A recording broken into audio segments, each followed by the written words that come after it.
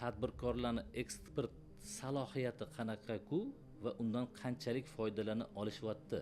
Hozir bergan savolingiz bilasizmi, shu mana tushunib turgan narsada. Sirve baza sifatida emas, aynan tovar sifatida chiqarishimizga odamlarimizda bilim yetmayaptimi, yo bozorni o'rganmayaptimi, yoki yani o'zini qobig'ida o'ralib qolganmi? Bilim yo'q, tajriba yo'q. Endi bozor o'rganish yo'q umuman. O'zbekistonning imkoniyati keng. Bilmasligini o'zi ularga to'siq bo'lyapti, vaholanki biladigan bo'lsa imkoniyat ko'p. Shu qog'ozga amal qilishmaydi-da, haq huquqini bilmaydi-da, natijada Qo'rqmaslik uchun degan ma'noda, mana xarajat qilishga qo'rqma, davlat yarmini qoplab beryapti-da. Mayli hali olgan foydang yo'q tursin, xarajatingni kamida yarmini qoplab beryapti-da hozir. Tadbirkorlik ko'pchiligi manfaatli bo'ladi deb o'zi chaqirganingiz, men o'zim uchun ham juda ko'p narsa oldim. Haqiqatda mana hozir Bizda qog'oz gapiradi. Assalomu alaykum aziz do'stlar. Siz Qog'oz gapiradi podkastimizning navbatdagi sonidasiz. Bu formatda biza qog'ozdagi nimalar bo'lyapti va aslida biznesda, amalda nimalar bo'lyapti degan masalalarni keng yoritamiz. Chunki hammamiz bilamiz, qog'oz bilan amaliyot bu boshqa narsalar. Va qog'oz to'g'ri ishlamaganligi uchun nima oqibatlar olib kelindi degan masalani ham alohida bir to'xtalib o'tamiz. Bugungi studiyamizning mehmoni ko'pchiligimiz biladigan O'zbekiston eksportchilar uyushmasi raisi Yorqin aka Malikov bo'ladilar. Yorqin aka, xush kelibsiz. Assalomu alaykum. Assalomu alaykum. Yorqin aka, avvalo studiyamizga yo'q demasdan kelganingiz uchun rahmat. Bu yerga o'zi ko'pincha tadbirkorlarni o'zini chaqiradi. Hozir meni uyushma raisi sifatida sizni chaqirganimiz ham sababi, siz bevosita tadbirkorlar bilan ishlab turib, tadbirkorlarning muammosini ko'rib bilib turib, aynan qog'oz gapiradi degan bir formatimizda ulardagi kamchiliklarni ham ko'rib turgan inson sifatida sizni alohida bir chaqirdik. Yo'q demasdan kelganingiz uchun rahmat. Keling, hozirgi alohida bir siz uchun tayyorlab qo'ygan savollarimiz bor. Mana sizlar hozir eksportchilar uyushmasida ishlayapsizlar, eksportchilaringlar bor uyushmada. Bizdagi hozirgi kunda tadbirkorlarning eksport salohiyati qanaqa-ku va undan qanchalik foydalana olishyapti? Birinchi mana shundan boshlasak.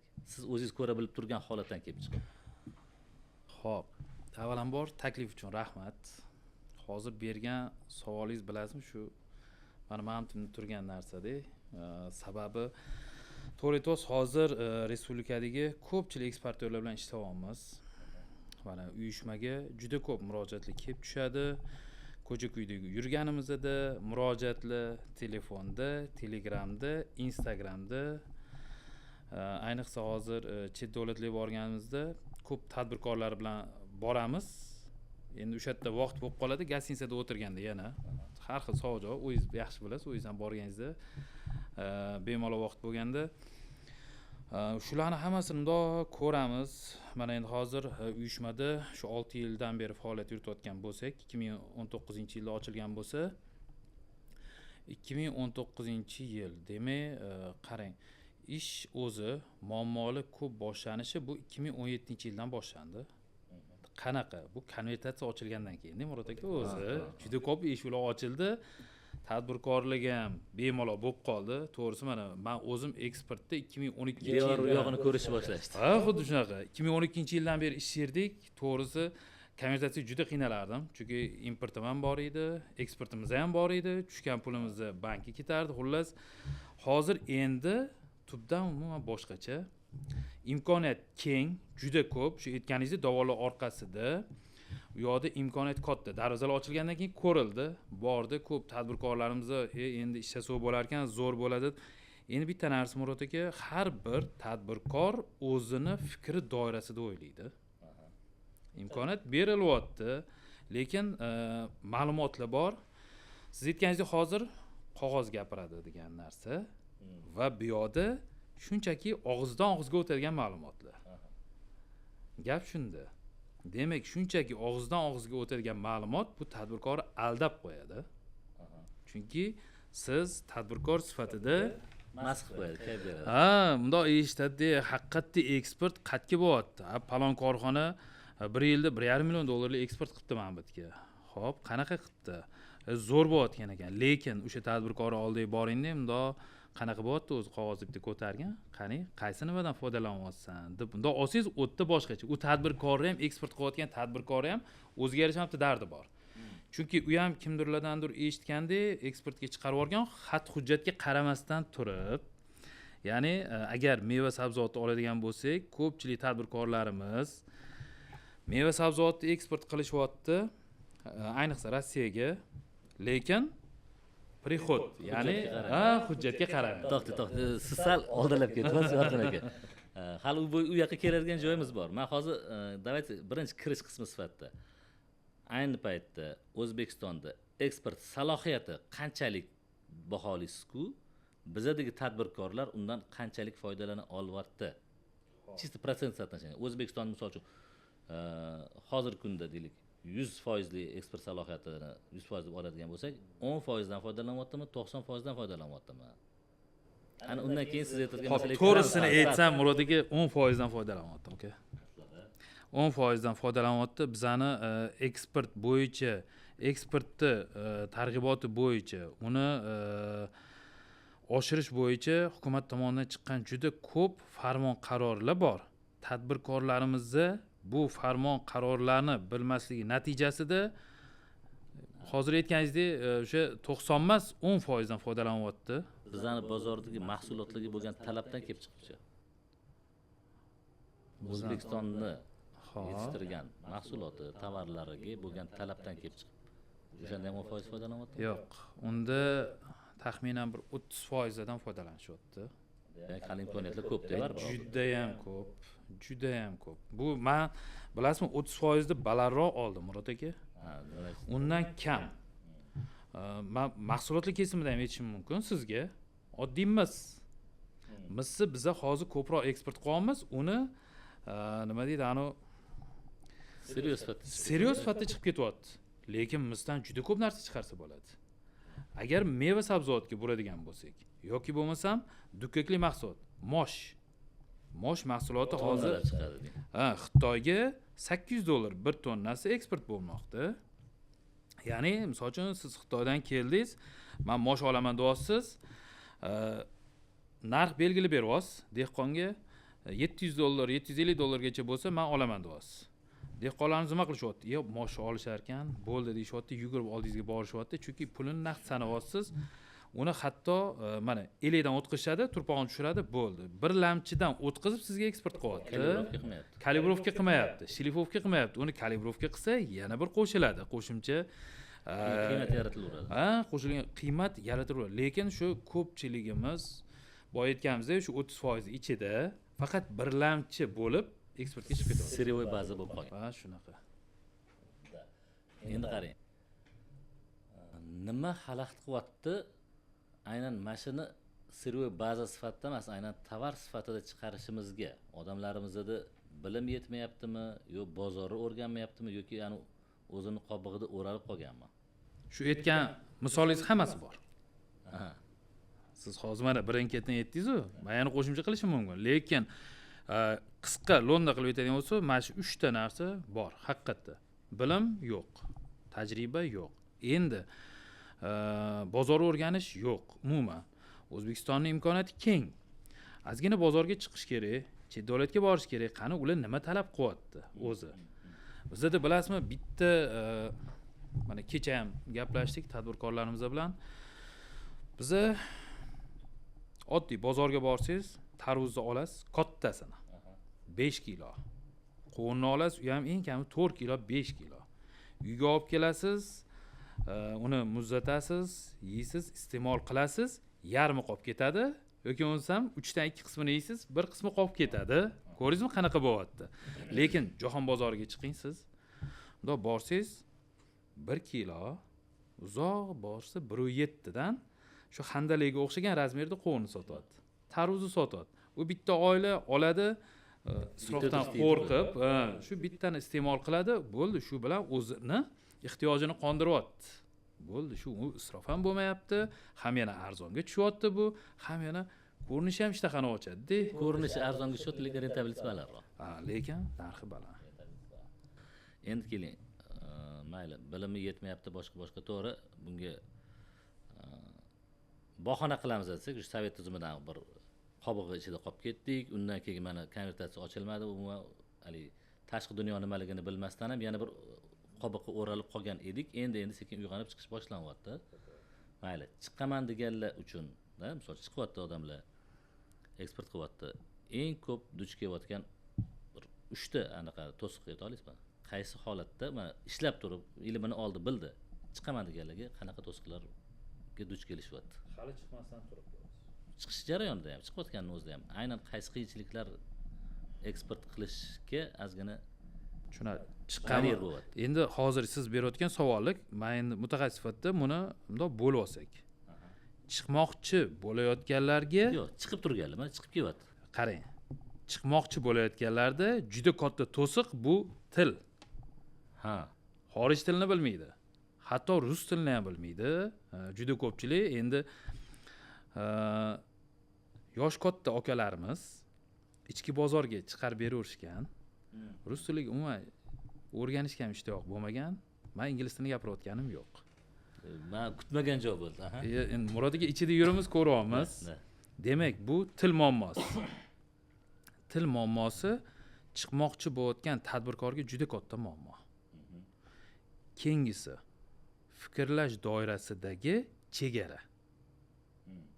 Men hozir Rossiyaga borsam, kim bilan uchrashaman? Qayerga boraman yoki mayli qo'shni davlatlar, Qozog'istonga borsam, kimga uchrashaman, qayerga boraman? U bizga bu narsa unaqa savol emas-da. Bozor o'rganish uchun, mahsulot sotish uchun qayerga borasiz? Bozorga borasiz, to'g'rimi? Do'konga borasiz, to'g'rimi? Mayli, do'konimda turaylik, bozorga oddiy, misol uchun, ichki bozorda ham siz kimgadir mahsulot sotmoqchi bo'lsangiz, O'rizor bozorga borasiz Toshkentda-da, o'sha yerda uchrashib bo'ldi. Shu bilan o'zingizni muammongizni yechib ketasiz. Bu endi xuddi shunaqa. Demak, fikrlashda chegara, ikkinchisi boya aytayotgandek til. Uchinchisi. Xo'p, endi buni uchinchisiga o'tamiz. Boya aytganingizdek, xo'p, eksportga chiqdi. Eksportga chiqqanda bu bilimsizlik, chiqmaganlar, hali endi chiqayotganlarga. Til, bozorni o'rganmaydi. Bozorni o'rganmaydi. Mana til, bozorni o'rganmaydi va duh yetmaydi. O'sha Jahongir aka aytganda, juda to'g'ri aytgan. Uni duxin aytdi. To'g'ri. Hamma joyda bir trend bo'ldi, lekin haqiqatda haqiqiy gap bo'lgan. Chunki men ham tadbirkor sifatida ularning gaplari 200% qo'shilganman. Juda to'g'ri aytdilar. Chunki biza o'sha chiqishimizdan oldin haqiqatda duh bo'lish kerak. Fikrlash darajasi boy chegarasiz bo'lish kerak. Shunda hatto Afrikaga ham borib siz mahsulotingizni sotishingiz mumkinligini oshirish uchun nima qilishimiz kerak? Til mayli o'rganib olsan. Bozorni o'rganishmayapti. O'rganish uchun sizlarda обучениялар bormi? Duh bo'lish uchun nima qilish kerak? O'zidan o'zi duh bo'lib bermaydi hech kim. Men sizga bitta misol aytaymi? Kirmaganlarni kirishi bo'yicha. Kirmaganni kirish, mana kecha realniy Jizzaxdan bitta tadbirkor telefon qilyaptilar. Yorqin aka, oldingizga bormoqchiman, uchrashmoqchiman. Men sizni kursingizda o'qib ketgan shogirdingizman dedilar. Mayli, shogirdlar ko'p, kelingchi dedik. O'zi ko'chada yurimiz, ko'rgazmada shu orada Jizzaxdan kelyapman, iltimos vaqt ajrating dedilar. O'quvchingiz uchun deb. Xo'p. Ular endi masalalarni aytmayman, demak keldilar. Xo'p, nima qilyapsam? Men eksportga chiqdim aka dedilar. Oldin qilolmaysam yo'q dedilar. Faqat sizni kursingizda o'qidim. 1 oy qanaqa mijoz topishni o'rgatdinglar. U darsga javob Xitoydan mijoz topdim dedilar. Keyin u bilan qanaqa muzokara qilishni o'rgatdinglar. Muzokara qildim. Xitoy betga keldi, $5 million moshcha eksporti bo'yicha shartnoma qildim dedilar. Keyin sertifikatsiya bo'yicha aytdilar. Uni ham hammasini sertifikatsiyalarini to'g'irladim deyaptilar moshga. Bitta g'alabam deydilar, 10 milliard tushirdim deyaptilar. Молодец. Yo'q aytsam, hozir o'sha aytgan viloyatimda mosh yig'uvchi eng katta kompaniyaman hozir deyaptilar. Mana bu kuni kecha aytayotganlar. Men o'shalardan yana intervyu olib, yana Instagramga qo'yyapman. Demak, bilim, ko'rdingizmi? O'rganish, o'qish nimaga olib kelyapti? Men endi korxonalarni ham aytmoqchi emasman, chunki erta aniq bo'lmasin deb. O'shaning uchun realniy mana kecha bu kursimizni 3 oy oldin bo'lgan edi. Shundan natijasi real holatda shunday ko'rsatib berdi Murod aka. Ishlab turganlarga nima 3 ta asosiy muammoni aytaylik? Xo'p, ishlab turganlarda bu baribir qonunchilik bilan bog'liq bo'lsa kerak. albatta. Bojxonami, sertifikatsiyami nima muammo? Ishlab turganlarning chiqishidagi muammolarda. Siz men bilan intervyu qilish uchun tayyorlandingiz, Murod aka? Xos Tailand. Hozir tayyorlandingiz. Ha. Lekin yana bitta. Endi Bizada- sizni o'zi oldindan bilganligim uchun men baribir o'zimda o'zi oldindan nima savollarni, nima haqida gaplashaman degan o'zi turuvdi. Qo'limga ssenariy endi berishdi. Deyarli o'sha narsani o'zi. Xo'p. Bitta narsa, ana hammamiz bilamiz, jurnalistlar intervyu olish uchun oldin tayyorlanib olishadi. Sohani ichiga kirishadi, to'g'rimi? Noto'g'ri savol berib qo'ymaslik uchun, aktivroq bo'lish uchun. Demak, tadbirkor ham xuddi shunaqa eksportga chiqmoqchimi, jahon bozoriga chiqmoqchimi, oldin eksport bo'yicha qanaqa prezidentni imkoniyatlarini o'rganib chiqish kerak. Prezident tomonidan berilgan, mana hukumatimiz tomonidan berilgan, ya'ni prezidentimiz tomonidan imzolangan farmon, qarorlarda nima ko'rsatilgan o'zi. Eksport uchun nima ligotalar bor? Ana sodda qilib aytadigan bo'lsa, shularni o'rganish kerak. Bizning tadbirkorlarimiz mutlaqo o'rganishmayapti. Oddiy deklarant qanaqa yuk nima invoyslarni yozish kerak, shularni ham o'rganishmayapti-da. Eng yaxshisi shu deklarantga $300 pulni bering, xizmatini o'qib bersin bo'ldi. Okay, mana tadbirkor yutqizyapti. Chunki bu bo'yicha menda darsda o'sha katta deklarantlarimiz bor, ular tushuntirib berishdi. O'tirgan tadbirkorlar hayron, o'zimiz qilsak bo'lar ekan-ku, shu 300-400 ni biz o'zimizga olsak bo'lar ekan-ku deyishyapti. Shunda deklarantga ish qolmay ekanini deb aytishyapti-da. Bu demak, eksportga chiqayotganda hukumat tomonidan berilgan imkoniyatlarni to'liq o'rganishmayapti. Hatto mana o'zingizda ham bo'ldi, o'sha subsidiya paytida tadbirkorlarimizga berilgan subsidiyada noto'g'ri xod qilib qo'ygan tadbirkorlar departamentda borib o'sha yerda savol javobda qiynalib qolishdi. Lekin o'sha yerda hujjat ko'rsatish kerak edi. Ya'ni imzolash, u yerda naqd ish yurish ish bermaydi. Agar shu yerda bir bo'lak qog'oz bo'lib, ikkita tashkilot o'rtasida shartnoma bo'lib, pulni peritsiyani tushirganda, boyagi tadbirkor departamentda o'tirib har xil savolga javob bermas edi. Men ishladim, mana hujjatim, hurmatli tergovchi. Mana unimga qog'oz gapiradi. Voy, ana, okay. O'sha shartnoma tuzmasdan ishlashdi. Ya'ni eksportda bu logistika muhim. Logistikada o'sha to'siq nimada? To'siq muammo bor hozir. Demak, boya aytayotganim bilimsizlikda, eng kattasi. Ishlab turganlarimizda ham. Ishlab turganlarda aniq. Men sizga hozir realniy bitta case aytaman, bizada demak, meva sabzavotimizning ko'p qismi bu Rossiya bozoriga ketadi.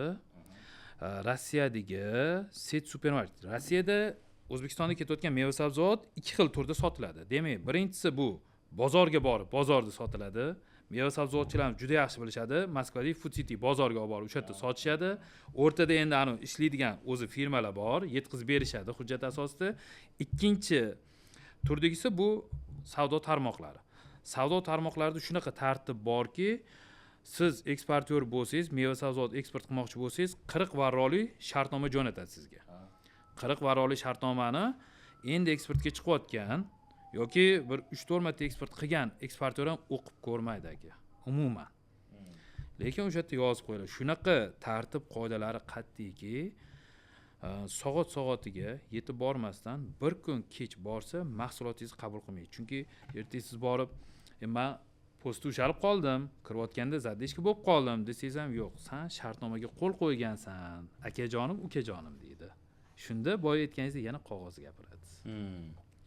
Bu shartnomani Rossiya tomoni beradi. Bizning tadbirkor shundoq ko'rko'rona. Birinchisi ishlab turganlarni o'zida ham birinchi muammo bilimsizlik. Albatta. Yana qanaqa ichki muammolar bor? Xo'p, demak, shu aytayotganimizdek bilimsizlik, boya aytayotganimiz shartnomani yaxshilab o'qimaslik, davlat tomonidan qanaqadir shakllantirilgan qonunchilik normalari, sertifikatsiya, bojxona yoki aynan ularga hozirgi kunda muammo bo'lib turgan nimalar borki, ularni o'zgartirib, o'shalar hozir tadbirkorga aynan eksport uchun xalaqit qilyapti deydigan muammolar bormi? Sizda menimcha tashkilotda ko'p kelgan bo'lsa kerak, ISOni olmasdan turib eksportga chiqaman degan tashkilot. Bular ISOchilar kelganda, sertifikat beradigan tashkilot kelganda shot beradi. 50 million, 60 million. Unda shot ko'rib bizning tadbirkor, men eksportga chiqamanmi, o'zi chiqmaymanmi, menga nima kerak bor hozir deyshadi. Shu bilan atkaz qiladi. ketdi u qaytib. Lekin tadbirkor harakat qiladi, eksportga chiqaydi. Lekin mana bu yerda oldin aytayotganimizdek xat hujjat. Ertaga chet elga borganda so'raydi. ISO 9001 bormi yoki mana bunisi bormi deydi. Olmagan bo'lsa, u yoqdagi klient ham o'ylaydi, "Sen o'zi qanaqa eksportyorsan?" deydi. Sizga aytmaydi, lekin mening narsa o'ylaydi. Shulari yo'q ekan-u deydi. Ko'rdingizmi? Lekin bu aytayotganingizdek, hukumat buning uchun subsidiya beradi, Murod aka. Ha. Kelgan Shartnomani ko'rib voydod deb qo'rqib ketadi, Ha, vaholanki shunaqa. bu yoqda subsidiya bor. subsidiya bor. Siz o'zingiz hisob raqamingizdan pul o'tkazasiz, hamma ishini qiladi, ISO sertifikatlaringizni olasiz, keyin hujjatlarni taqdim qilasiz, davlat sizga 50% dan 80% gacha pulingizni qaytarib beradi, Murod aka. Yana bitta zo'r tomoni o'sha aytayotganimizdek. To'siq so'rasam siz imkoniyatlar gapiryapsiz. Endi o'sha to'siq imkoniyat emas, mana bundan foydalansa ertaga anaqasi kengayadi. Demak, men nimaga buni aytyapman? Eksportda boya aytganimizdek, eksportga chiqmoqchi, eksportga chiqqan odam bizadagi imkoniyatni bilmaydi, bu juda katta to'siq qolib keladi. Ya'ni keyingi qadamingiz uchun. Sertifikatsiyani bilmasligini o'zi ularga to'siq bo'lyapti, vaholanki biladigan bo'lsa imkoniyat ko'p.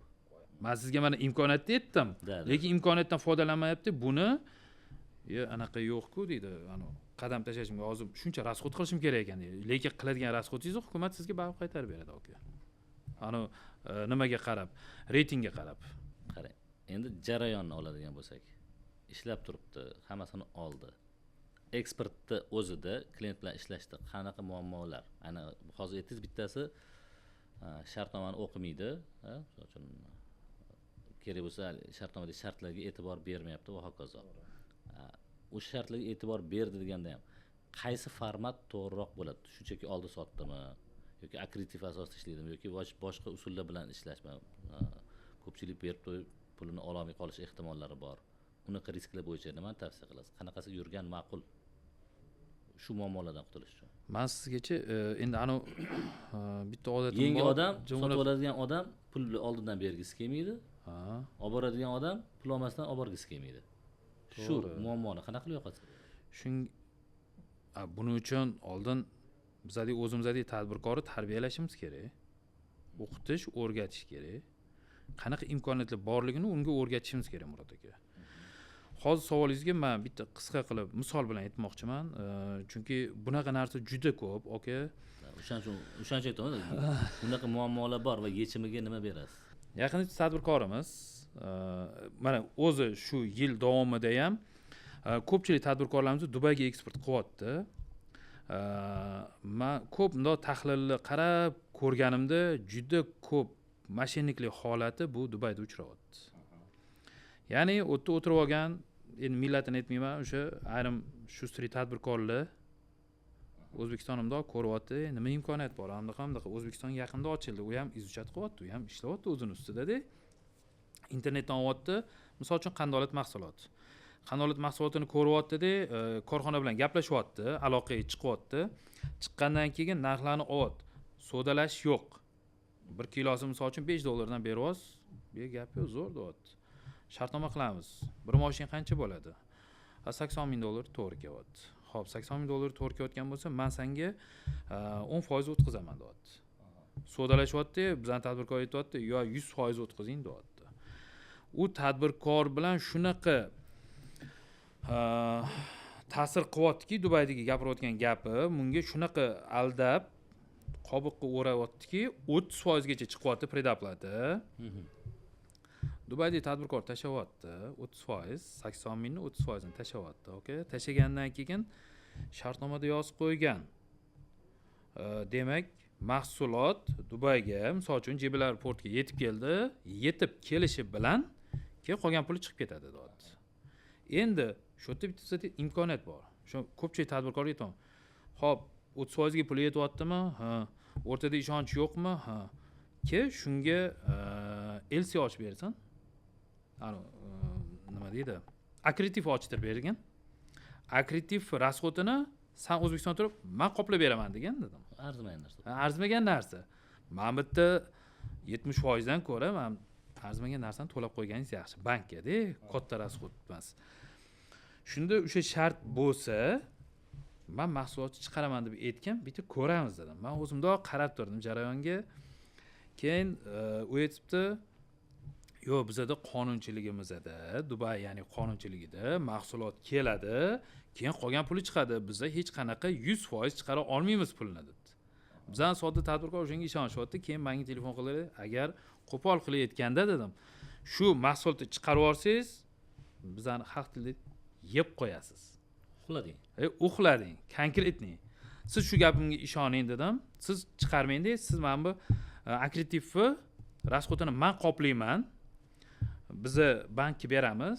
Sani banking o'sha yerga qolgan 70% ni chiqarib qo'ysin. Mahsulot senga yetib bordimi yoki O'zbekistondan chiqib ketdimi? Puling tushadigan qilib. Je bo'lmasam shunaqa kelishuv qilginki, yetib borgandan keyin qabul qilding, bo'ldi, ochding, pulingni men olib olaman."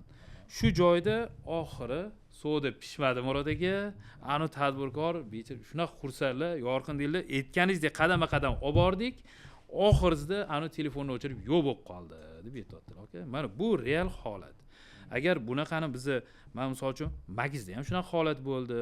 Qovuni jo'natganda ham bo'ldi. Gilosni jo'natganda ham bo'ldi, aka. Bunaqa misol juda ko'p Murod aka.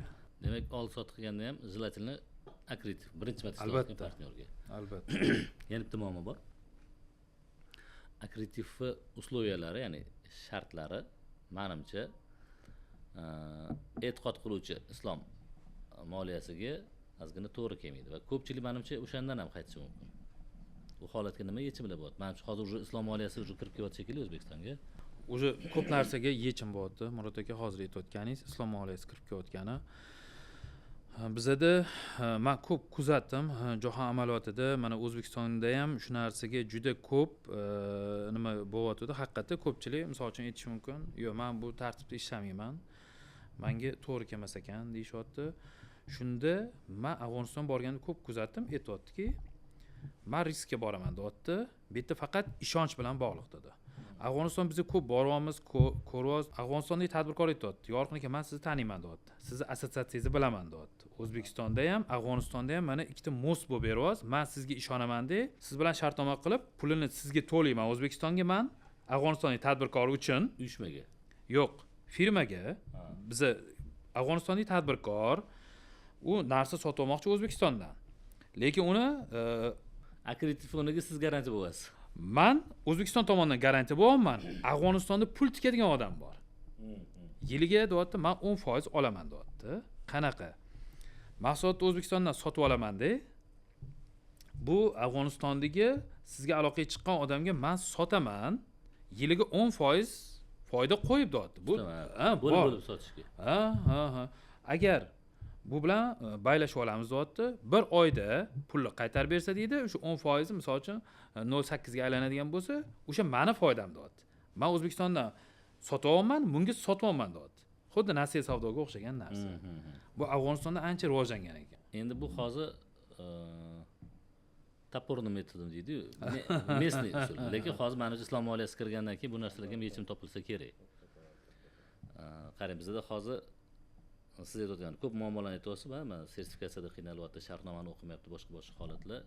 Imенно shu masalaga yechim sifatida hozir bizda mana Turkiyada alohida bir o'rtak global qilib bitta konsalting kompaniya ochildi, xalqaro qilib va uni hozir Turkiyada, O'zbekistonda, Saudiyada sekin уже bo'linmalari tashkillashtiriladi. Shu O'zbekistondagi bo'linmasini hozir Utax Group qilib boshlangan, Utax Group sistem qilib va bu o'rtak global doirasida nima qilinadi? Shu hozirgi aytayotgan sizdagi muammolarga yechim berish biz ham o'shani ko'ryapmiz, yechim sifatida taklif qilingan. Bu Utax Group sistemida aynan kuchli налог konsultant, ishonchli buxgalteriya bo'lsa, outstaffing ali birovlar aytadi, "Meni buxgalteringga sani kompaniyangga pul to'layman, lekin men o'zimda buxgalter kelib o'tirsan" deydiganlar bor-da. Unaqasi juda ko'pchilikda hozir misol uchun mana soliq maslahatiga qanchalik ishonish qiyinlik darajasini o'zimiz ko'ryapmiz. O'shaning uchun eng ishonchli vakillarni yig'ilgan. Kuchli yurist, advokat, hozir odamlarda shunaqa tushuncha bor, advokatga boradigan bo'lsa faqat o'rtakashlik bo'lib qoladi. O'shanaqa bo'lmaydigan eng kuchli kadrlar yig'ilgan. To'g'risi eksport import bo'yicha mana xudo xolis siz bilan ham bir hamkorlikni bu yerda imенно yo'lga qo'yishni rejalashtirganmiz. Umuman shu doirada UGS, ya'ni Utax Group System doirasida shunaqa bir maydon kuchli mana shu tadbirkorga xizmat ko'rsatuvchi eng ishonchli maydon yaratilgan. Bu kuchliligi nimadaki, alohida bir standart bor. Eng kuchli ishlash uchun mana bunaqa standartda ishlaysan va shu standartdan sal o'ngga chapga og'adigan bo'lsang, javobgarlikka tortaman. Tadbirkorga ziyon yetkazib qo'ysang, to'lab beradigan garantiyasigacha, u to'la olmasa, ana Utax Group sistemi o'zi to'lab beradi. Shu darajada hammasi straxovka qilingan. Shu doirada endi sizni mana tadbirkorlaringiz bilan va umuman uyushma o'zi bilan qaysi darajada hamkorlik qilib ishlasak bo'ladiki, yoki siz qaysi bir darajada hamkorlik qilsak bo'ladimi o'zi, umuman tadbirkorligi siz faqat eksportda o'zida yo'l yo'riqni ko'rsatish emas, aynan boshqa sohalarda ham ularga manfaatli bo'la olish masalasida. Xo'p, Murod aka, avvalambor men sizga katta rahmat aytmoqchiman.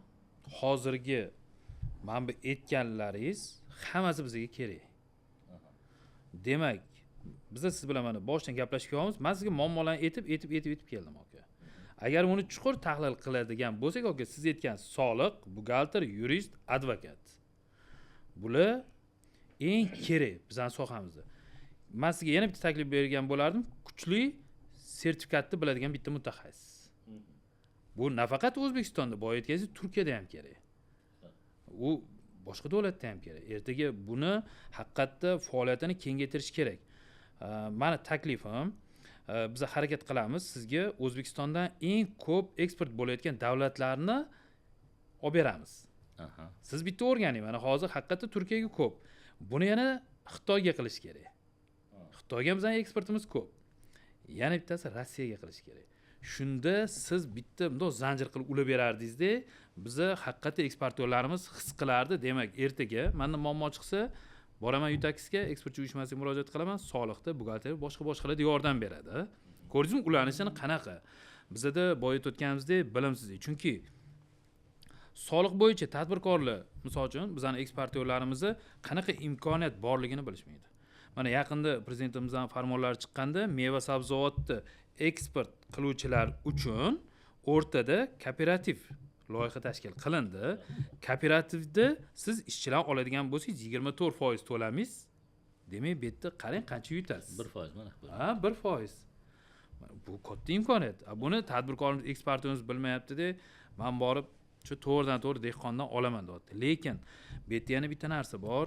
Men soliq xodimlari bilimsiz deb aytmoqchi emasman, lekin odam baribir faktori bor.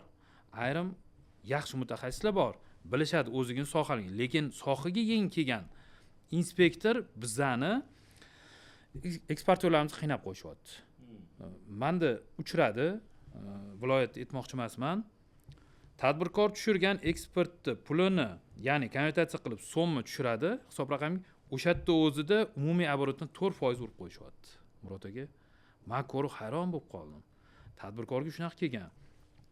Tadbirkor borib, ana inspektor bilan shunaqa nizoga boryaptiki, mipga ham qo'yib qo'yishdi. Hamma narsani taqiq qo'yib qo'ydi. Aytyapti eksportyor, aka, men chiqarishim kerak, lekin men bunaqa holat. Keyin men bunda o'rgandim. Qaysi qo'pollik, qaysi kalla bilan bunaqa qildi deb. Yo'q, qo'pol emas, bu nozik qilib aytyapsiz. O'sha keyin men soliq qo'mitasiga xat yozib berdim, eksportchi uyushmasidan, chunki endi bizning a'zoyimiz edi.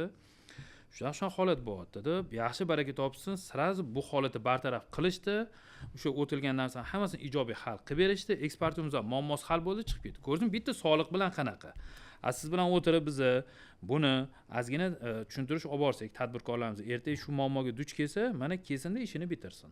Buxgalteriyada ham juda ko'p tadbirkorlarimiz bunga ahamiyat berishmaydi, lekin eng nozik tomoni bu buxgalteriya. U kirdi chiqdini qaramaydigan bo'lsa, qog'oz fundament. Shunaqa, yurist. Endi hamma tadbirkorlarimiz aytadi, o'zimizga o'zimiz yuristmiz deyshadi, lekin boyga shartnomani kim o'qiydi deydi. Borganda ertaga qog'oziga tushirilgan narsaga qo'pol qilib aytganda tadbirkorimiz qaramayapti, ertaga yuridik holatga duch kelyapti. Bu yerda o'sha har bir tadbirkori yurist nanimat qilishga imkoniyati yo'q, Murod aka. Siz bilan kelsinda, outsourcingga tursinda, siz bergan shartnomani bitta qarab bering, aka. Mana tadbirkorimiz 50 ming, 100 ming dollar tushgandan ko'ra pulni to'lab qo'ysinda outsourcingga deb, bo'l, sizni hozir berayotgan usulingizdan shunda olsin. Riskdan qutulsin. To'ppa-to'g'ri. Shuning uchun men aytayotganim, chin ko'ngildan man sizga ushbu proyekt uchun aka juda katta rahmat aytaman. Bu yurtimizdagi tadbirkorlarni eng nozik masalasini hal qilishda ham yana bitta narsa, agar buni haqiqatda o'sha qo'yib tadbirkorlarimizni katta xarajatdan qutqarasiz. Boya aytayotganimizdek, yuridik tomonni o'qishmaydi shartnomanida 50 ming 100 mingga tushadi. Buni bilasizmi? Shunaqa tadbirkorlar bor chet eldagi. Nizoli holat chiqadigan bo'lsa deydi Murod aka, 3-davlatda ko'rib chiqamiz deydi. Yozib qo'yadi. Eng qiyin davlatda yozib qo'yadi. Rigada ko'rib chiqamiz deydi. O'tga bitta zaявка berishingizni o'zi u sudga 15 ming 17 ming dollar. Advokat sotib olishingizni o'zi 10 mingdan 12 minggacha. Yana siz qo'pol aytganda bo'ldi ish bityapti desa, borib kelishingiz kerak. O'tda necha kun protsess davom etsa, 5 kun, 1 hafta turadigan bo'lsangiz, kuniga 100 dollardan eng oddiy hisoblaydigan bo'lsangiz, ko'rdingizmi qanaqa chiqib ketyapti. Siz 100 ming pulni qutqaraman, olib kelaman deb sudga bunga murojaat qilyapsiz. Tadbirkorimiz bunaqa narsani qilmaydi. Mayli endi uxladim deydi. Lekin buni orqasida Murod aka juda katta narsa. Shu qog'ozga amal qilishmaydi-da, haq huquqini bilmaydi-da, natijada bu yoqda debitorka hosil bo'lyapti Murod aka, juda o'yingizdan ko'p duch kelgansiz. Buni debitorkani to'xtatadigan yo'li bor vaqtinchalik. O'sha kerak komissiyadan xulosani olib taqdim qilinsa, soliqqa ham vaqtinchalik muzdat turadi. Lekin bilishmaydi, ertaga 10%, 20%, 50% shtrafi chiqib keladi. Shunaqa holatda siz hozirgi berayotgan proyektingiz bir og'iz taklifini, yordamini bersin, juda katta narsadan olib qolinadi, aka. Demak, xudo xolasa sizda uyushmadagi tadbirkorlar uchun ham manfaatli bo'la oladi. Zo'r bu tizim. Zo'r. To'g'ri yo'ldaligimni bilardim, yana bir marta tasdiqlab. Yo'q, aka, men o'sha aytaman, chin qalbimdan sizga rahmat deyman, aka. Buni boshlash ham aka oson ish emas. Chunki bu sohadagi har bir odam xarakteri bilan, aka. Xarakteriga siz tushib borib, bularni hammasini boshini birlashtirishingiz, bu eksportda aka, men endi o'zim tomonidan qaraydigan bo'lsam, eksportda chetda qolib ketayotgan pullarni olishda va chetga, misol uchun kuyib qolmasligi uchun. Kuyib qolmasligi uchun aka juda katta oldini oladi, aka bu. Bo'ldi, zo'r. Rahmat, o'zimga ham bir o'zim uchun ham bir zo'r o'tib bo'ldi. Qarang, yana bitta kichkinagina masala bor, bu yerda aniq qo'ydim. Hozir subsidiyalar to'g'risida gapirdingiz-da. Misol uchun to'g'ri, tadbirkor aslida hamma qonunni kompleks o'rganib ola olmaydi. Siz unga tushuntirib beryapsiz. Mana bu joyda subsidiya bor, mana bunaqa qilsang to'g'ri, mana bunaqa qilsang noto'g'ri. Ertaga misol uchun soliq bo'yicha yondashadigan bo'lsa, men aytaman, mana bu yo'ldan yurgin, solig'ing kamroq, qonuniy ishlaysan. Xuddi shunaqa buxgalteriyani to'g'ri oformlanish qilib berish kerak, yurist kontrakt riskini baholab beradi va hokazo. Endi subsidiya masalasida aynan eksportchilar uchun yana qanaqa imkoniyatlar bor? Mana bittasini aytdingiz, ISOga xarajat qiladigan bo'lsa 80% gacha qoplab beradigan subsidiya bor. Yana nima preferensiyalar bor? Aynan eksportchi bilan bog'liq bo'lgan. Bilaman juda ko'p. Bo'ldi aka, o'sha savoliga o'zi javob berib bo'ldingiz. Bilar juda ko'p aka. Buning uchun hozirgi paytdagi vaqtim yetmaydi aka. Men oddiy bittasi logistika. Logistika atmen bo'ldi. Bor edi. Bor edi. Sistem olib borasiz. Endi aka bilasiz, juda ko'plab jinoiy ishlar ochildi. Biz aytayman-ku, imkoniyat berilsa boshqa tomonga qarab tortib ketib qolyapti va bu salbiy oqibatlarga olib kelyapti Murod aka. Demak, men sizga qarang. Eksportni oshirish uchun bilim olish kerak yoki bo'lmasam ishlab chiqarishda mutaxassis kerakmi sizga? Mutaxassis chet eldan yollaysiz. Ekspert. Hukumat pulni to'lab beradi. Chet el mutaxassisi. Albatta. Faqat o'zini o'sha endi bir xil tadbirkorlarimiz bor, shu siri o'zi 5 ming gaplashgan bo'lsa 10 ming qilib yozib yuboradigan odati bor. O'shaning uchun belgilangan miqdori bor Murod aka. Chegaralangan. Chegaralangan. O'sha chegaralangan miqdorigacha. Demak, chet eldan mutaxassis olib kelib, siz o'zingiz sohangizni yana rivojlantirishingiz mumkin. Men bunisi men o'zim bilmasdim mana. Okey, aytolman-ku, bunda juda imkoniyat katta. Misol bilan hozir misol uchun baribir tadbirkorlik bu kerak edi. Mana eksport qilaman deydi hamma. Bittasi mana aytyapsiz, ISOni olaman desang 50 million 60 million shot bergan bilan qo'rqmalaring. Davlat qoplab beraman deb turibdi. Sen ishlasang bo'ldi. Ikkinchisi mana hozir aytayotgan holatingiz. Keyingisi, men yana o'sha esimga kelgan misol. Misol uchun eksportga chiqdingiz, oddiy Qozog'istonga eksport qilyapsiz. 3-4 fura chiqardingizda, u yoqdagi partneringiz aytayapti sizga ozgina finansir qilgan, men reklama qo'yaman. Yana oshadi 2 barobar. Shunda Murod aka 5 ming dollargacha hukumat sizga to'lab beradi. Tasavvur qilyapsizmi? Chet elda qilgan reklamangizni Xarajat $5000 undan ham yuqori bor, lekin o'zi sredniy shu нормальный достаточно aka. 1 yilda bir marta. Zo'rmi aka? Bo'ladimi shunaqa imkoniyat? Endi buni ko'pchilik tadbirkorlarimiz bilmaydi. Yana bitta tadbirkorlar yuradi, yana bittasi, aha. Yana bittasi, endi siz o'tda qayerda savdo qilasiz? Ko'pchilik tadbirkorlarimiz menga savol berishadi, savdo uyidan foydalana olmayapmiz. Qanaqa foydalana olmayapsiz? Qanaqa to'siq bor desam, savdo uyida xuddi menikiga o'xshagan yana tovar bor ekanda, aka deyishyapti. O'tda bitta sotuvchi balki narigi meni konkurentim 3-4 so'm ortiqcha pul berib qo'yar unga deyapti.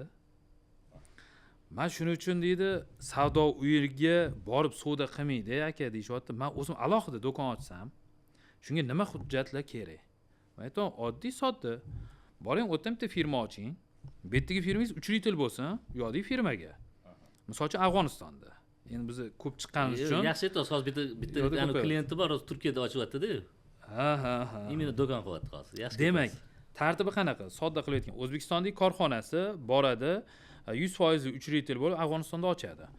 O'tda boradi, misol uchun Qobulda borgandan keyin misol uchun aytaylik, eng kam kvadrat 25-30 kvadratli magazin oldi. Dommi tegida magazinlar bor, oldi. Lekin Qobulda juda anaqasi arendasi qimmat, misol uchun aytaylik, $4000 bo'ldi. 1 oylik ijara haqqi. Shunda tadbirkor demak shartnoma qilyapti, 4 yilga 4000 ga nima qildi, savdolashdi, 1 oyga ishni boshladi, tepasiga misol uchun o'zini o'sha reklamalarni qo'ydi. Lekin ko'pchilik tadbirkorlarimiz ko'ramiz, Made in O'zbekiston brendini qo'yishyapti, yoniga misol uchun nimadir qolgan mahsulotini qo'yib qo'yishyapti. Xo'p, sodda qilib aytadigan bo'lsa, shartnoma qildi, ishladi, demak 1 oylik pulni to'ladi, 30 kun kalendar kun tugatdi, keyingi oyi 5-hissasigacha to'lagan pullarini, ya'ni bu firmasidan, O'zbekistonning firmasidan o'tga baribir Swift orqali o'tkazadi. Arenda uchun to'lovga o'tkazolman deydi. To'g'rimi? Nima detalda ham yoziladi. Detalda yozilgan hamma shu hujjatlarni, kerakli hujjatlarni topshirsa hukumatga, shuni 50% ni qaytarib beryapti. Bu yerdan arenda uchun deb o'tkazmaydi, u yoqda o'zida firmasi bor deyapsiz. Yangi Okay, baribir bizadan misol uchun ko'p holda biz ko'rdik, saderjani qilishga O'zbekistondan o'tkazyapti. Shunaqa. Kelgan shunda o'tkazgan summasini uje kerak hamma hujjat endi o'zining tartibi bor. O'sha tartibini O'zbekistondagi firmasi orqali o'sha sayt bor, o'sha yerga taqdim qiladi, 50% ni oladi. Ochilgan do'konni ijarasini 50% ni ko'tarib beryapti, shunaqa. Albatta. Bu yerda men nafaqat do'konni, savdo uchun, do'kon uchun ko'pchilik omborxona ham olyapti. Misol uchun katta gabaritga omborxonani ham o'zi ma'lum bir qismi bor, ya'ni 500 kvadrat metrgacha omborxonani olsangiz, uni ham 50% ni O'zbekiston hukumatı to'lab beryapti. Murod aka. U hujjatlarni topshirish tartibi sizlar o'zingizlar Biz yordam beramiz aka. Ekspertcha uyushma. Yana bitta nimani imkoniyat yetib qo'ymoqchiman. Demak, men hozir oxirgi kunda eksportyorlarda ko'p kuzatilayotgani bu patent masalasi, Murod aka. Mahsuloti zo'r, patentlangan O'zbekistonda, misol uchun Qozog'istonda kuzatildi, oxirgi marta mana Tojikistonda ham kuzatilyapti, Hindiston, Pokistonda ham kuzatildi. O'zbekiston mahsuloti zo'r mijozini topdi Qozog'istonda. Keyin eksport qilyapti. Oyiga adashmasam bir 5-6 fora eksport qilishyapti. Bu agar sredniy invoice 50 mingdan oladigan bo'lsangiz, uje oyiga 300 ming, 400 ming dollar eksport qilyapti. Qozog'istonlik tadbirkorlar bundoq ko'ryapti, tekshirishlar. Bizga manba zo'r kiryapti, bozorda zo'r sotilyapti deydi. Shundoq boradi aka. Bizning O'zbekistondagi mahsulotchini mahsulot nomini o'tda patent qilyapti. Qozog'istonda. Men ishlab chiqaruvchiman deyapti. Demak, bizadagi mahsulot ustida yozilgan yozuvini, brendini Qozog'iston fuqarosi, Qozog'istondagi ilg'or tadbirkor shuna patent qilyapti deb O'zbekistondan kiradigani bo'ldi, kislorodini bo'g'yapti. Meni patentimga deyapti Qozog'iston fuqarosi. Sen nimaga olib kirasan deyapti, shu yerda o'sha kislorodi bo'g'ilyapti bizning tadbirkor. Bu Pokistondan ham, Hindistondan ham kuzatildi. Yaqin qo'shni davlatlarimiz ham juda ko'paydi aka. Shunda bitta narsa bor, demak, xalqaroda o'zingizni brendingizni patent qiladigan bo'lsangiz, hukumat 50% dan 80% gacha pulni to'lab beradi. Ko'rdingizmi? Nima imkoniyat? Reklamangizni to'lab beryapti, do'kon olsangiz 50% ni to'lab beryapti yoki patentni ham qilib beryapti. UGS'imizni, ani o'rta globalimizni jazor kelib berar ekanda. Hozir misol uchun bu yerda UGS boshqaryapti, u yoqda A grup bor, o'sha o'rta globalniki. Misol uchun Turkiyaga borib qilaman deydigan bo'lsa, patentlashtirib bersangiz, men u yoqdan sirasi odam qo'yib bera olaman-da.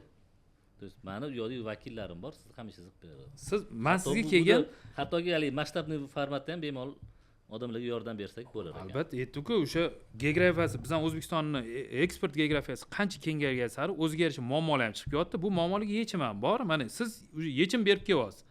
Mana qara, mana qog'ozga tushirib qo'yinglar, mana joyimiz bor deyapsiz. Mana hozir aytganingiz Turkiyada bor, Saudiyada bor deyapsiz. Ertaga biz qo'rqmasdan xotirjam ishlaymiz. Biz ham Turkiyada kimga aloqaga chiqishni bilamiz. Nimada ham Saudiyada ham agar shunaqa muammo uchrasa, kimga aloqaga chiqishni bilamiz. O'zbekistonda sizga aloqaga chiqamiz, siz u yoqdagi partnerlaringizga chiqing, biz ham muammoni hal qilib bering bo'ldi. Yoki bo'lmasa hozir aytgan takliflarimiz. Shunda yordam bering, bizning eksportyorlarimiz foydalansin. Hozir o'zi bir bunday aytganda rasmiy bir davlat idorasi sifatida qaraladi. Progressiya uyushmasi, unga men pul to'lashim kerak deb ana qaraydi baribir. Shuni qanaqadir boshqa bir yordam beradigan platformaga aylantirish rejalaringiz bormi? Hozir real uyushma deganda hamma bizda to'g'risini aytaman, misol uchun 38 dan 40 ga yaqin uyushma bor. Uni aktivnisi juda pastligi uchun ham tadbirkorlarda ozgina negativ munosabat bor. Ikkinchi darajali deb qaraydi. Misol uchun sizdagi holatni men o'zim ko'rib turganligim uchun atilab sizni chaqirdim. Nega? Aslida bu yerdagi aktivnisi unaqa past emas, lekin odamlarning munosabati o'zgarishi uchun yoki ularda bir uyushmaga shunchaki bir davlat bir idorasi qo'shimcha bir rasmiyatchilik uchun yaratib qo'ygan bir idora sifatida qaramaslik uchun biron bir boshqa bir format rejalaringiz bormi?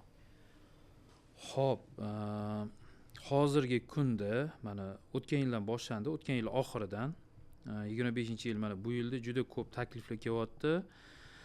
Ko'pchilik eksportga chiqmoqchi. Hozirgi o'sha aytganimiz muammolar, shulardan qanaqa xabardor bo'lib tursa bo'ladi yoki bo'lmasa ham chet elga o'zi umuman eksport bo'yicha qanaqa aytayotganingizdek formatni o'zgartirishga talab tushyapti eksportyorlarimizdan va eksportga chiqmagan tadbirkorlarimizdan. Biz shunga qarab hozir xudo xolasa taklif tayyorlayapmiz. Ya'ni ko'pchilik so'rayapti, tadbirkorlar oddiy bitta abonentga qilib beringki, bir oyda misol uchun aytaylik 600 ming 700 ming pul to'lab qo'yaylik deyapti. Shu umumiy ma'lumotlarni berib turinglar deyishyapti. U oddiy bir ma'lumotlar bazasi bo'ladi. Shunchaki просто olib misol uchun foydalan. Chuqurroq kirish kerak bo'lsa, biz kattaroq pul to'lashga rozimiz deyapti. Misol uchun ko'pchilik aytayapti, chet elga borib ko'rgazmada qatnashishni bilmaymiz aka deyapti. Ha. Shular to'g'risida bitta ma'lumot bering deyapti. Yoki bo'lmasa O'zbekistonga kelayotgan delegatsiyadan mutlaqo xabarimiz yo'q deydi. Faqat shu uyushma a'zolaringizga taqdim qilyapsiz yo boshqa qilyapsiz deydi. Ani kattaroq pul to'laganlar, lekin qolganlar mana endi chiqmoqchi bo'layotganlar umuman xabarsiz deyapti. Yoki prezident farmonlari to'g'ri shuncha imkoniyat bor ekan, buni mayli ani tegini aytmasangiz ham ustini shunaqa imkoniyat bor deb ozgina ma'lumot beringlar deyapti-da. Yo'l ko'rsatib qo'yishadi. Sal ozgina yo'l ko'rsatib beringlar, shunga arzonchiroq narsa qilib bering deyishyapti. Chuqurroq ikkinchi anaqasi aytayaptiki, ishlab chiqarib, menga chet eldan mijoz topib bering deyapti. U endi men bolalarim ishlaydi u bo'yicha. Mahsulotni oladi, o'rganadi, oldin bozor tahlil qiladi. Bu mana ishlab chiqarayotgan bizda ruchkani o'zi qaysi davlat ko'proq import qilyapti? Ensni chek qanchadan chiqyapti? O'shalar. Yana bittasi, biz ham shu bolalarimiz o'rganganda, buni importyori kim? Misol uchun aytaylik, Qozog'iston olyapti buni, millionlab olyapti. Qayerdan import qilyapti? Xitoydan import qilyapti. Qaysi tashkilot import qilyapti? Qozog'istonda palon. Unda o'sha izucheniya kiradi. Biz mana hozir tadbirkorlarimizga har oyda o'sha mahsulotga qarab, bolalarimiz o'rganishga qarab, 2 ta yo 3 ta potensialniy klientni beryapti. Bu tadbirkorga zo'r. Birinchidan aytayapti, mana ko'pchilik tadbirkor aytdi, men agar eksport bo'limi ochsam dedi, Yorqin aka, menda mindan kelishyapti. $1000 eng kamida olib bering deyishyapti. Yoki bo'lmasa 2,5 minggacha qarab chiqib ketyapti. Men hozir imkoniyatim yo'q $1000 berishga. Oldin ozgina ishni yo'lga qo'yib olay. Keyin u yog'iga men harakatimni qilaman deyapti. Shuning uchun boshlang'ich shu narsalarni yo'lga qo'yishim uchun bering deyishyapti. Biz o'shanga hozir formula tayyorlayapmiz. Значит, уже kelgusida faqat uyushma sifatida badalli hisobiga yashab tadbirlarni o'zi emas, umuman xizmat ko'rsatadigan va to'liq ma'lumotlarni yetkazib beradigan platforma yaratilsin. Zo'r. Bu narsa как раз bani o'rta globalga, ya'ni o'rtoqlashamiz bu Shuni narsalarni. aytmoqchi, Bu men narsalarni Murodiga o'rtoqlashamiz. Global boyga- o'rtoqlashamiz. aytgan rahmatimni tegdi chuqur ma'no bor aka. Da, da, da. Men aytdim, chin ko'ngildan sizga rahmat deyman dedim shu platformaga aka. Ana kuni yana bitta masalani aytdingiz. Mahsulotimizni aynan siryo ko'rinishda hammasi chiqib ketyapti. Siryo baza bo'lib qolganda. Aynan tovar ko'rinishida chiqib ketishida nima muammo bor? Siraz qadoqlashni to'xtatdingiz. Qadoqlash. Shu haqida sal podrobno batafsilroq tushuntirib bersangiz. Aynan bizda mahsulotlarimizni siryo baza sifatida emas, tovar ko'rinishida chiqarishimizda nima muammo bo'lyapti? Qaysi misol aytdi deb o'ylayapman-da, Murod aka, to'g'risi. Yaqinda mana Germaniyada bir nechta eksportyorlarimiz bilan ko'rgazmada qatnashib keldik. Juda katta xalqaro ko'rgazma. O'zi misol uchun oziq-ovqat bo'yicha 3 ta katta ko'rgazma bor. Bu Sial Parij deymiz. 2 yilda bir marta bo'ladi. Anuga deymiz. Bu ham 2 yilda bir marta. Almashib bo'ladi. Bittasi Germaniyada bo'ladi, bittasi Fransiyada bo'ladi. Keyin Dubayda Galfood bor. Shularga borganda men ko'rib chiqaman, kichkina qadoqlarda murabbolarni chiqarishadi. Bundoq olsangiz yeb ko'ramiz, to'g'risi, olamizda yeb ko'ramiz. Mazasini men o'zimniki bilan solishtiraman, O'zbekistonniki bilan. Qaraymanda cho'ta deyman, bularda искусственныйmi bu deyman. Ana bir paytlar Xitoy nimasi tuxum kelib anaqa bo'lib ketdi, trendga bir chiqib ketdi videolari, xuddi o'shanga o'xshabdi. Endi unga mahsulotingiz, uni mahsulotini yomonlamaysiz. Shunga qarab keyin bundoq zametga olib qo'yman. Demak, bu yerda bizani shu kichkina qadoqda O'zbekistonni jem murabbosi bo'lsa, ko'proq xaridorgir bo'lar ekan deyman. Keyin yana bitta narsa, biz o'sha ishlab chiqaruvchilarimizni bu narsaga umuman ahamiyat berishmayapti deyarli. Ya'ni mahsulotning miqdori qadoqlashda. Kuni kecha Malayziyadan mehmonlar keldi, kutib oldik. Endi ularni aytmoqchi emasman. Xo'p, demak, mahsulotning miqdori bizni o'rganganimiz kattarog'i. 3 litrli banka kapot Voy, yo'q. ana, xuddi shunaqa, o'sha kompotni ham 3 litrliga qilamiz. 3 litrliga qilamiz, ichamiz, ichganimizcha, men qabul qilgancha ichamiz, qolgani qoladi. Boy tarvuz misolini keltirdimmi? Lekin men ahamiyat berayotganman o'sha 1 litrliga qilyapti, yoki bo'lmasam 1.2 liga qilyapti. Qadoqini ham ko'rsangizchi, aniq ishtahani ochadigan, zo'r, kichkinaroq. Shu 1.7 bo'lsa ham sal semizroq beryapti-da, chunki u nimani o'ylayapti, bilasizmi? Meni mahsulotim do'konda polkada turganda ahamiyat bersangiz, magazinchilar polkani katta qilishmaydi. Kichkinaroq qilishadi, ko'proq mahsulot ketib, ana bundoq kirganingizda ko'zingizni o'ynatadigan. Anaqa to'lib turishdi. Endi tasavvur qiling, biz katta 3 litrlikni qatga sig'diramiz u chet eldagi bozorda. Kichkinaroq bo'lsa, bu joyga kiradi, uni ko'pchilik bizadagi tadbirkorlarimiz qadoqlashda rangga e'tibor berishmayapti. Rangi o'zigini xohishiga qarab qilishyapti-da, qadoqlashni ham bu degani, demak, tashqi bozorda qadoqlashga juda katta e'tibor berish kerak. Mahsulotingizni qadog'i o'zini o'zi reklama qilib sotib ketadi. 50% yutug'ingiz Murod aka shunda. Qadog'i sifati, hajmi. Uni o'sha dizayni. Sizga mana oddiy misolda aytaman. Demak, hozirgi kunda boy aytganimiz, moshni Xitoy davlati olib ketyapti, 1 tonnasini $8gacha. Endi balki bir xilla 900 yo 1000 gacha sotyapti. Lekin mana hukumatimiz bitta juda katta yordam berdi moshchilarimizga, xalqaro Yevropada o'tadigan sertifikatni olishdi. Bu Sprouting sertifikati. Demak, Yevropa mana Germaniyaga olib ketganimizda bitta moshchi akamizni, men o'sha yerda ham intervyu oldim. Bu Sprouting sertifikati sizga nima berdi? Aytayotdilar, Yevropaga sotishimga bitta imkoniyat. O'zbekistonda 4 tagina korxona bundan foydalanyapti dedilar. Jahon bozorida ham dedilar, O'zbekiston adashmasam yo 3-yo 4-o'rinda turibdi dedilar, Sprouting sertifikatini olgan bo'yicha dedilar. Demak, ko'rdingizmi qanaqa imkoniyat? Hukumat ochgan imkoniyatdan endi qanchadan sotyapsiz 1 tonnasini? Zafar aka deb savol bersam, $1700 sotyapman dedilar. Qarang, $800, $900 Xitoyga sotganingiz qancha? Sertifikat o'zi bilan. Bitta shu sertifikat. Bular aytayotdilar, men qoplab sotyapman dedilar. Lekin yana bitta narsa bor. Siz magazinga kiring, do'konga yoki bo'lmasa Alayski bozorga boringda, Bundoq konserv bo'lgan mahsulotlarga qarang, kichkina. Shu yerda yoki bitta restoranga kirsangiz ham bundoq ko'rsangiz, salatga uzun oppoq narsa qo'yib beradi. Xuddi ana makaron, kichkina makaronni uzuniga o'xshaydi. Teyda mana bitta moshdir. Undirilgan mosh. Undirilgan mosh. Uni bundoq olib qarasangiz 150-100 grammi palon pul. Uni siz agar kiloga tonna ko'paytirsangiz, bilasizmi, bizdan olgan 1600-1700 ga voy, vahshiy ko'p. Bitta tadbirkorimiz bor, ular ham yiliga 20 ming tonnadan ortiq mosh eksport qiladilar. Namanganda, Chustda, tanisangiz kerak. Ular bilan как раз shu narsani gaplashuvdik. Keling, sirvoy baza emas, tovarga o'tamiz.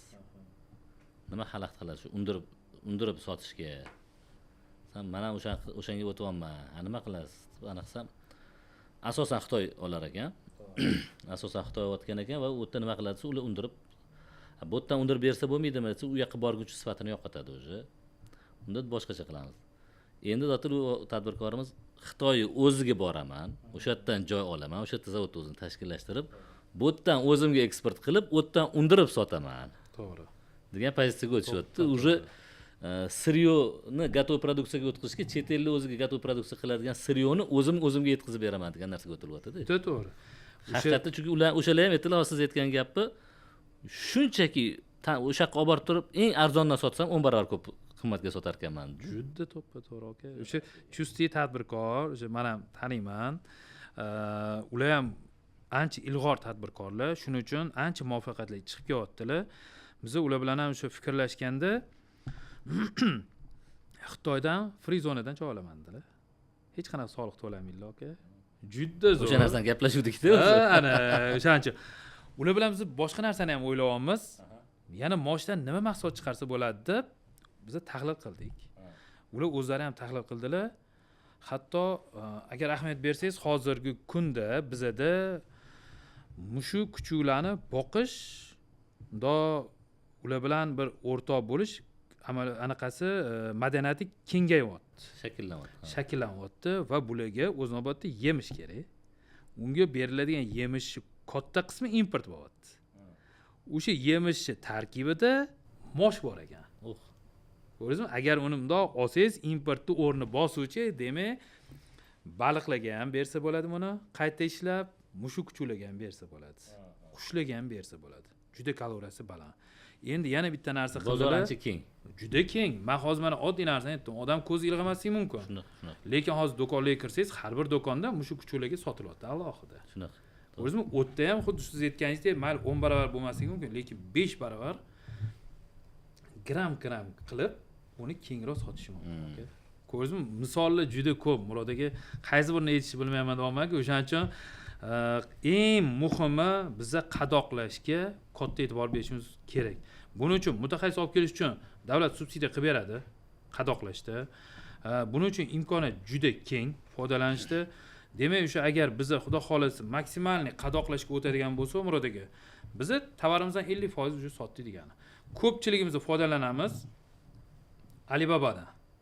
Xitoydan mahsulot sotib olish. Shunaqa. Siz Xitoydan olayotgan mahsulotingizni ahamiyat bering, oddiy qo'lingiz bilan ushlamaysiz. Ko'zingiz bilan ko'rasiz. Shunaqa ko'z bilan bular siz уже ko'rdingmi? Bo'ldi, mahsulot sotdi aka. Rasmga olishini ko'ring. Plus для интереса bundoq qarang. Qanaqa o'tdi bu o'tib. Shu 8 qirrada oladi aka. Ya'ni formatini shunaqa zo'r, sochniy qiladiki, men bir joyda ko'rdim, saytini aytmoqchi emasman, bizani kalishi necha dollar? 10 dollardan oshiq edi sotilayotgani. Xalqaro mutaxassis jalb qilishgan, rasmga zo'r olishgan, shunaqangi odam havosini keltiradigan qilib, u Yevropada sotilyapti, Murod aka. Qarang, zo'r-ku aka. Rahmat, Yorqin aka, meni haqiqatda tadbirkorlar ko'pchiligi manfaatli bo'ladi deb o'zi chaqirgan. Men o'zim uchun ham juda ko'p narsa oldim. Haqiqatda mana hozir shu subsidiya masalalarida, hozir aytyapsiz, eksport qilishga imkoniyatlar juda katta. Aslida oshirib aytsam ham, nari borsa O'zbekiston o'zining salohiyatidan nari borsa 30% dan foydalanyapti.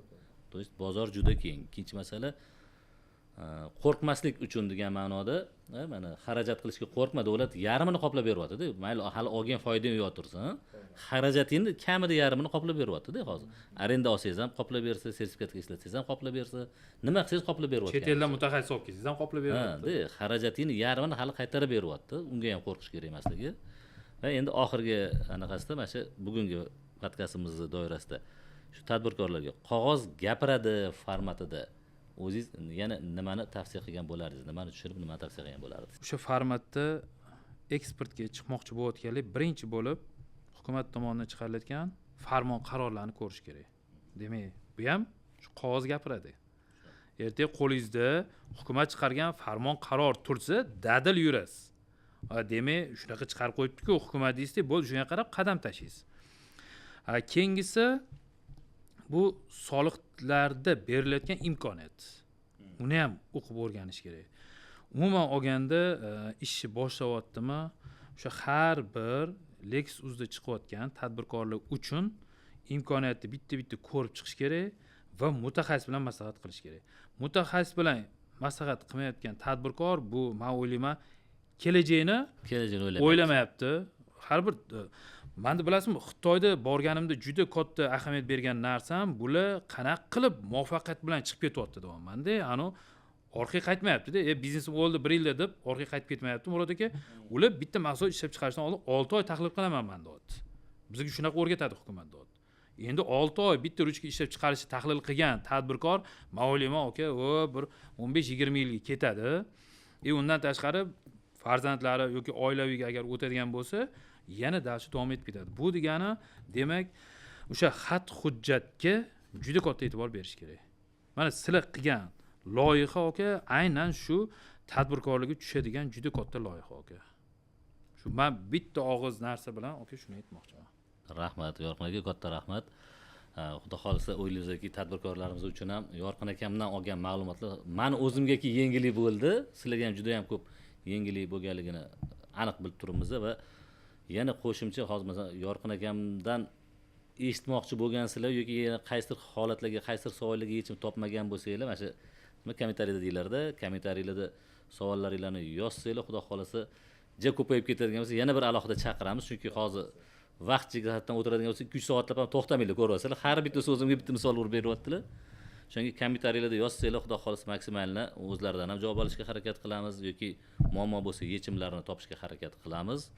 Va keyingi uchrashuvlarimizda aynan tadbirkorliginglarni rivojlantirish uchun nafaqat O'zbekiston bozori, balki dunyo bozoriga chiqishingiz uchun qaysi soha vakillari, qaysi bir mutaxassis yoki qaysi bir eng qadrli insonlarni tavsiya qilishi, rekomendatsiyasini aytsanglar, xudo xolisa ularni ham chaqirib suhbatlarini olib, sizlar uchun bir manfaatli bo'lgan dasturlar tayyorlashga harakat qilamiz. Yorqin aka, yana bir marta katta rahmat. Alloh rozi bo'lsin.